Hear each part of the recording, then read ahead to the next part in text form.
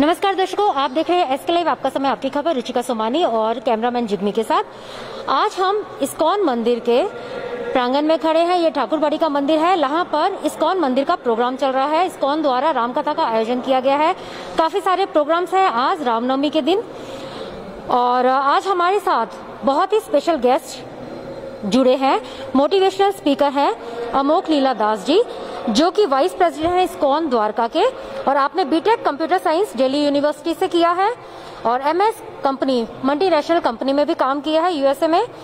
आपने यह सब छोड़कर हरे रामा हरे कृष्णा को अपने आप को समर्पित कर दिया है। तो मिलते हैं इनसे। बहुत बहुत स्वागत है आपका। Thank you. Hare Krishna everyone. दर्शकों को बताइए। वैसे मेरी यात्रा बहुत लंबी है, लेकिन हाँ कुछ चीजें जो मैं प्राइम जो हाइलाइट्स हैं मेरे सफर की वो ये हैं कि हमारे 7th स्टैंडर्ड में भगवद गीता के कुछ श्लोक थे। सो वो बहुत ज्यादा मेरे को इम्प्रेस किए थे, जिसमें कि मन के स्वभाव के बारे में बताया था कि मन बहुत चंचल है, बड़ा बलवान है। चंचलम ही मना कृष्ण प्रमाथि बलवद्दृढ़म, कि मन बहुत चंचल है, बड़ा बलवान है, बड़ा जिद्दी है। मैंने कहा तो मेरे मन के बारे में लिखा है। सो देन उससे फिर मेरा भगवद गीता के बारे में इंटरेस्ट आना शुरू हुआ, क्योंकि Bhagavad Gita was very exposing. तो एक तो वो था। सेकेंडली आई कुड सी कि ना God has given me everything. सब कुछ बहुत अच्छा मेरे जीवन में दिया। अच्छे माता पिता दिए, सफल करियर दिया, अच्छा शरीर, बुद्धि, सब कुछ अच्छा दिया भगवान ने। तो मुझे लगता था भगवान ने बहुत कुछ दिया है, लेकिन मैंने भगवान को कुछ नहीं दिया। So I am living a very ungrateful life. तो मैं कृतज्ञ नहीं हूँ भगवान के प्रति। तो जब भी कोई अचीवमेंट मेरी लाइफ में आती थी, से drawing competition, dancing competition, singing competition, मैं उसमें टॉप करता था, तो मुझे गिल्ट आता था कि भगवान ने मुझे दिया इतना कुछ, लेकिन मैंने भगवान को कुछ नहीं दिया। मैं कितना स्वार्थी हूँ। तो एक तो ये सेकंड चीज थी। थर्ड ये था कि ना मेरे को समाज का भला करना था। तो पहले मेरा प्लान था मैं गरीबों को खिलाऊंगा, मैं गरीबों की सेवा करूंगा। लेकिन फिर मैंने ये देखा कि ना लोग तन से कम दुखी हैं, मन से ज्यादा दुखी हैं। तो लोगों के मन की सेवा करनी है इनके प्रकार है, ताकि ना लोगों के मन खुश हो जाएंगे ना, तो तन अपने आप अच्छा हो जाएगा। तन के लिए बहुत ऑर्गेनाइजेशंस वैसे लगी हुई हैं, लेकिन मन के लिए कोई कार्य नहीं कर रहा। तन के लिए हॉस्पिटल्स है, लेकिन मन के लिए हॉस्पिटल्स नहीं है। तो इसलिए लोगों की मन की सेवा कैसे करें। तो फाइनली आई कुड सी ना भगवद गीता पढ़ करके, भगवान का नाम ले करके, I was feeling so good. तो मेरा मन अच्छा हुआ। तो मुझे लगा कि वास्तव में लोगों की मन की सेवा करने का सबसे बेहतरीन तरीका है लोगों को स्पिरिचुअलिटी से जोड़ना। समाज सेवा करना सॉल्यूशन है, लेकिन वो टेम्परेरी सॉल्यूशन है। स्पिरिचुअलिटी जो है वो परमानेंट सॉल्यूशन है। आई कुड सी दैट। तो इसलिए ये 3 कारण थे जिसकी वजह से फिर मैं ढूंढते कई सारी मैं ऑर्गेनाइजेशंस में रहा, कहीं गुरु जी से मिला, बाकी धर्मों में मैंने कुछ समय बिताया, लेकिन फाइनली मेरे सारे के सारे जो सवालों के जवाब हैं बड़े साइंटिफिकली और बड़े कंप्लीटली मिले, तो इस्कॉन में मिले। तो इसीलिए फिर फाइनली मैंने डिसाइड किया कि okay this is the place. और यहाँ पर एक बाबा जी की पोथी नहीं है, ये भगवद गीता के ऊपर आधारित एक प्रामाणिक धर्म है, जो कि टाइम टेस्टेड टाइमलेस विजडम है, जिसको कि कई सारे संत महात्माओं ने इसको प्रैक्टिस किया है। तो इसीलिए भक्ति का मार्ग है। और तो this is the right way. ये कोई बाबा जी का पोथी वाला हिसाब किताब नहीं है। And here we could see that God is in centre, not guru ji is the centre. Otherwise हम देखते हैं कि सोसाइटीज में या ऑर्गेनाइजेशन में उनके गुरु जी इज द सेंटर। तो पर यहाँ पर जो भगवान सेंटर में है, तो यहाँ पर सो दैट वे आपका डायरेक्ट कनेक्शन भगवान से हो रहा है। तो भगवान, लेकिन ऑफ कोर्स गुरु है, लेकिन गुरु ये बता रहे हैं भगवान सब कुछ है। वो बता रहे हैं हम पोस्टमैन हैं, भगवान के संदेश वाहक हैं, लेकिन गुरु जी सब कुछ नहीं है। गुरु भी है यहाँ पर इस्कॉन में, लेकिन साथ में गुरु लेकिन बता रहे हैं, लेकिन भगवान का नाम लेना है। वो नहीं बोल रहे गुरु जी का नाम लेना है। तो इससे मैं देखा कि ये बहुत ही ज्यादा प्रामाणिक संस्था है, और इंटरनेशनली पूरी दुनिया में सनातन धर्म का प्रचार जितना इस्कॉन ने किया है उतना किसी ने भी नहीं किया है आज। इसीलिए मुझे लगा कि हाँ ये सबसे अधिक प्रामाणिक संस्था है। तो इससे फिर मैं इस तरह से घाट घाट का पानी की पीने के बाद फिर हरे कृष्णा की नदी में आकर के मैंने मेरी प्यास बुझी, and I am done now. तो आप इस्कॉन में जैसे आपने बताया कब से जुड़े हैं, कितने साल हो गए? मेरे को अब मेरा 21वां साल है। अच्छा, तो क्या लगता है ये 21 साल में आपने, मतलब आप अपना अनुभव बताइए। मेरा अनुभव ये रहा है कि एक तो बहुत ही अच्छे संत मेरे को मिले, जिनसे मुझे बहुत कुछ सीखने को मिला।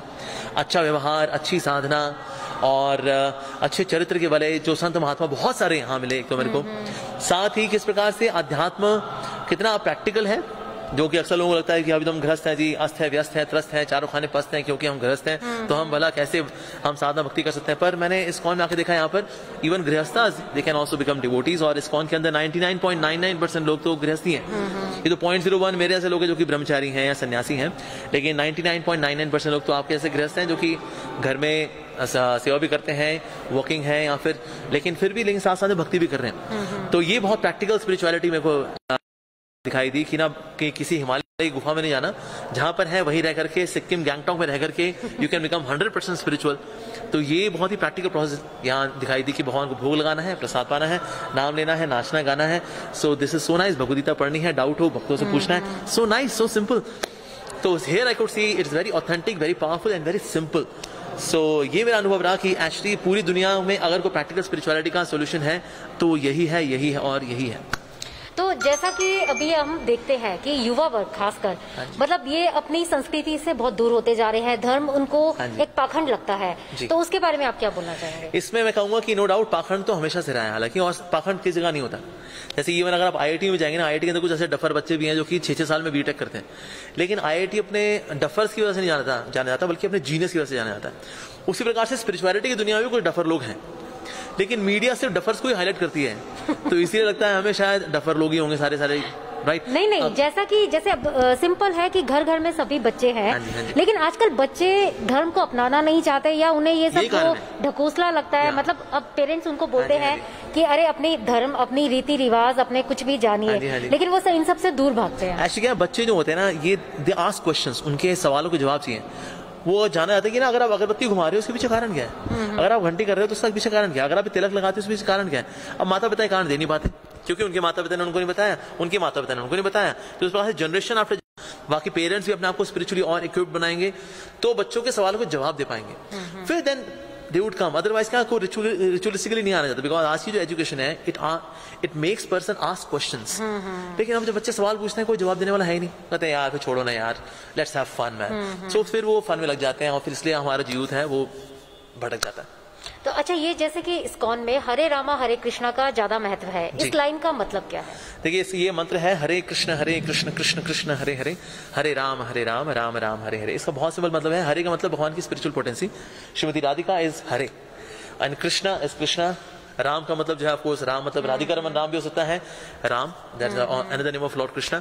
सो हे राधा कृष्णा मुझे आपकी सेवा में लगाइए, मैं आपका हूँ, मुझे आपकी शरण में ले लीजिए, इस भाव के साथ भी चैंट हरे कृष्ण। ओके अच्छा, ये जैसे कि आप जो मोटिवेशनल स्पीकर भी हैं, तो आप मतलब आप इतना स्पीच वगैरह देते हैं, लोगों के क्वेश्चंस वगैरह पूछते हैं, तो क्या लगता है कि आजकल क्या मेन टॉपिक है? जैसे स्ट्रेस तो ऑफ कोर्स है ही, क्योंकि आजकल हर जगह कंपटीशन और ऊपर से ये कोरोना काल, तो क्या लगता है कि आजकल वातावरण क्या है, परिवेश क्या है? एक मैं देखता हूँ कि ना लोगों में नेगेटिविटी बहुत ज्यादा है ऐसे, और नेगेटिविटी के प्रति बहुत ही स्वाभाविक आकर्षण भी है लोगों के अंदर, और नेगेटिविटी के आगे ना ये लोग घुटने पे टेक देते हैं। तो इसलिए एक तो नेगेटिविटी से डील नहीं कर पा रहे लोग, डिप्रेशन से डील नहीं कर पा रहे हैं, और बहुत बड़ी जो दिक्कत आ रही है वो रिलेशनशिप इश्यूज हैं, because people have become so much addicted to gadgets. उसकी वजह से रिश्तों के लिए समय नहीं है, तो रिश्ते ड्राई होते जा रहे हैं, लोग लोनली होते जा रहे हैं, लोनलीनेस की वजह से डिप्रेशन आ रहा है, नेगेटिविटी आ रही है, स्पिरिचुअल सब्सटेंस ले नहीं रहे हैं, इसीलिए शक्ति भी नहीं है कि नेगेटिविटी को फेस कर सकें। उसकी वजह से क्या whole thing has become really very very pathetic. तो इसलिए अब कोविड का समय आ गया, उसने तो फिर और झड़ी लगा दी, people have become insecure now, हमारे भविष्य का क्या होगा, हमें कौन खिलाएगा, दिस दैट। तो इसीलिए क्या है कि वो सेंस ऑफ इनसिक्योरिटी भी है, तो होल थिंग हैज नाउ मतलब made everything so much negative in their perception, negative in their consciousness, negative about their future.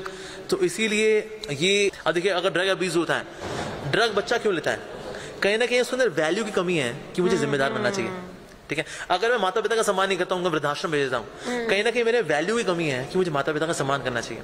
अगर मैं चोरी करता हूँ तो कहीं ना कहीं मेरे वैल्यू की कमी है कि मुझे दूसरे की संपत्ति की बुरी नजर नहीं डालनी चाहिए। तो आप देखो, सब चीजों का एक्चुअली एक ही चीज है, वो है वैल्यूज की कमी। वैल्यूज हमारी शिक्षा का हिस्सा नहीं है, माता पिता भी नहीं देते, कॉलेज भी नहीं देता, स्कूल भी नहीं देता। अब क्योंकि वैल्यूज नहीं आ रही, इसकी वजह से सारी दिक्कतें आ रही हैं। वैल्यूज कहाँ से आएंगी? स्पिरिचुअलिटी से आएंगी, अध्यात्म से आएंगी, जिसके लिए लोग एनकरेज नहीं करते कि हमारा बेटा भले चंबल की घाटी में डाकू बन जाए तो उनको दिक्कत नहीं है, लेकिन अगर साधु बन जाए उनको दिक्कत है। कहता है नहीं, हमारा बेटा साधु बन गया, चंबल की घाटी में डाकू बना होता है, we were absolutely fine, but ओहो तो साधु बन गया। So someway we have to change our value system, उससे फिर समाज में सुधार आएगा।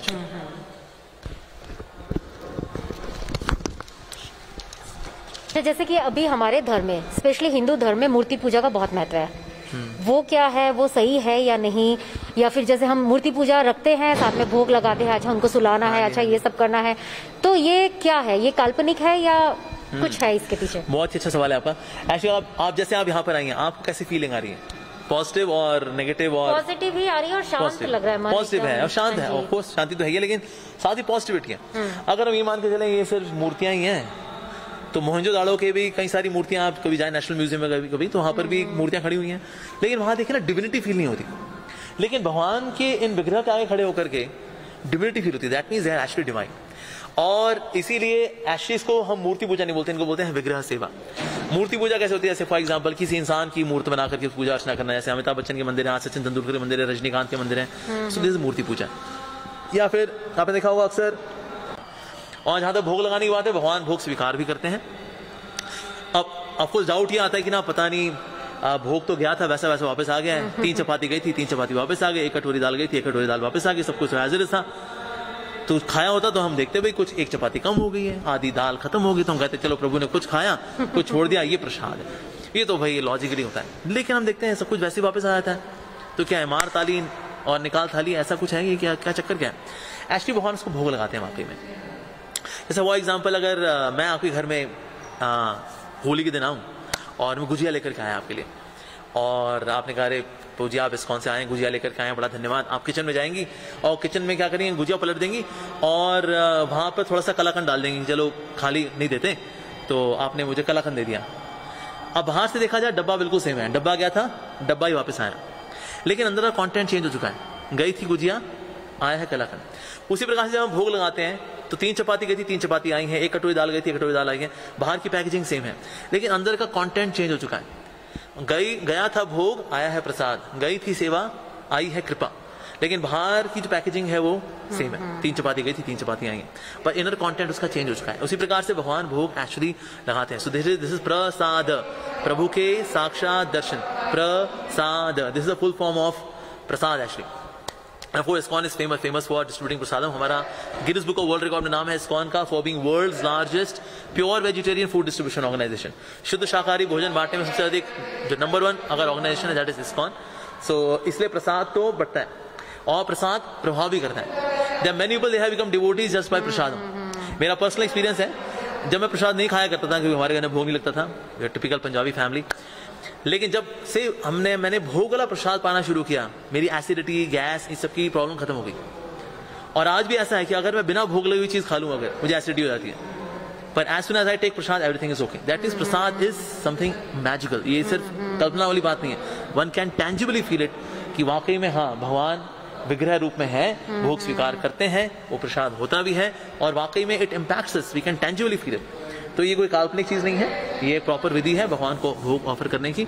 और आज दुनिया भर में लोग प्रसाद पा रहे हैं। तो पहले प्रसाद का कॉन्सेप्ट था बूंदी थोड़ी सी वो हो गई बस ये प्रसाद, लेकिन ISKCON ने प्रसाद का एक अलग स्टैंडर्ड लेकर के आया that yes what ever you eat, चाहे आप चपाती हो, दाल हो, सब्जी हो, मिष्ठान हो, पिज्जा हो, बर्गर हो, चाउमिन हो, that also can be offer to Krishna provide of course it is pure vegetarian without onion garlic. तुलसी पत्थर रख करके खिलाएं ताकि जैसा अन्न वैसा मन और जैसा मन वैसा जीने का ढंग।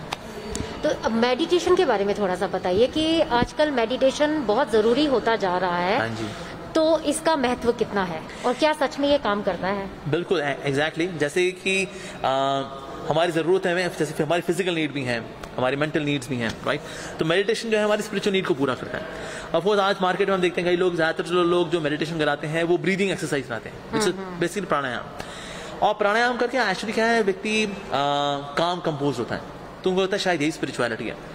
पर ये जो प्राणायाम है, प्राणायाम से no doubt one gets mental peace, पर स्पिरिचुअलिटी जो है इससे भी ज्यादा है। सो कलयुग में जो रिकमेंडेड प्रोसेस है जो मेडिटेशन की, वो है भगवान के नाम पे मेडिटेट करना। जस्ट लाइक वी चैन हरे कृष्ण कृष्ण कृष्ण हरे हरे, हरे राम राम राम हरे हरे। तो भगवान के नाम पे मेडिटेट करना ये बहुत जरूरी है। तो इस प्रकार से हम देखते हैं सारे धर्मों में कलयुग के अंदर यही रिकमेंडेड है। The meditation which is bona fide in Kali Yuga is chanting the names of God। और भगवान के नाम को सुनना, भगवान के नाम को जितना सुनेंगे उतना ज्यादा मेडिटेशन करना आसान भी होता है, एंड वी कनेक्ट मोर। ये तो सिर्फ ऐसे लगा के बैठे रहते हैं, कुछ समय के लिए थोड़ा ये कर लिया, ओके यू फील बेटर, प्राणायाम है, बट लेकिन स्पिरिचुअलिटी नहीं है वो। तो इसीलिए कलयुग में रिकमेंडेड है भगवान का नाम लेना, which is very simple, very easy, कहीं भी ले सकते हैं। पर्सनल एक्सपीरियंस है, because I am चैनिंग Hare Krishna from past 21 years. तो इसलिए मेरा तो बहुत अच्छा अनुभव है, क्योंकि मैंने इससे पहले और भी मेडिटेशन ट्राई की थी, they were good, but certainly chanting Hare Krishna is the best. भगवान का नाम लेना इज द बेस्ट।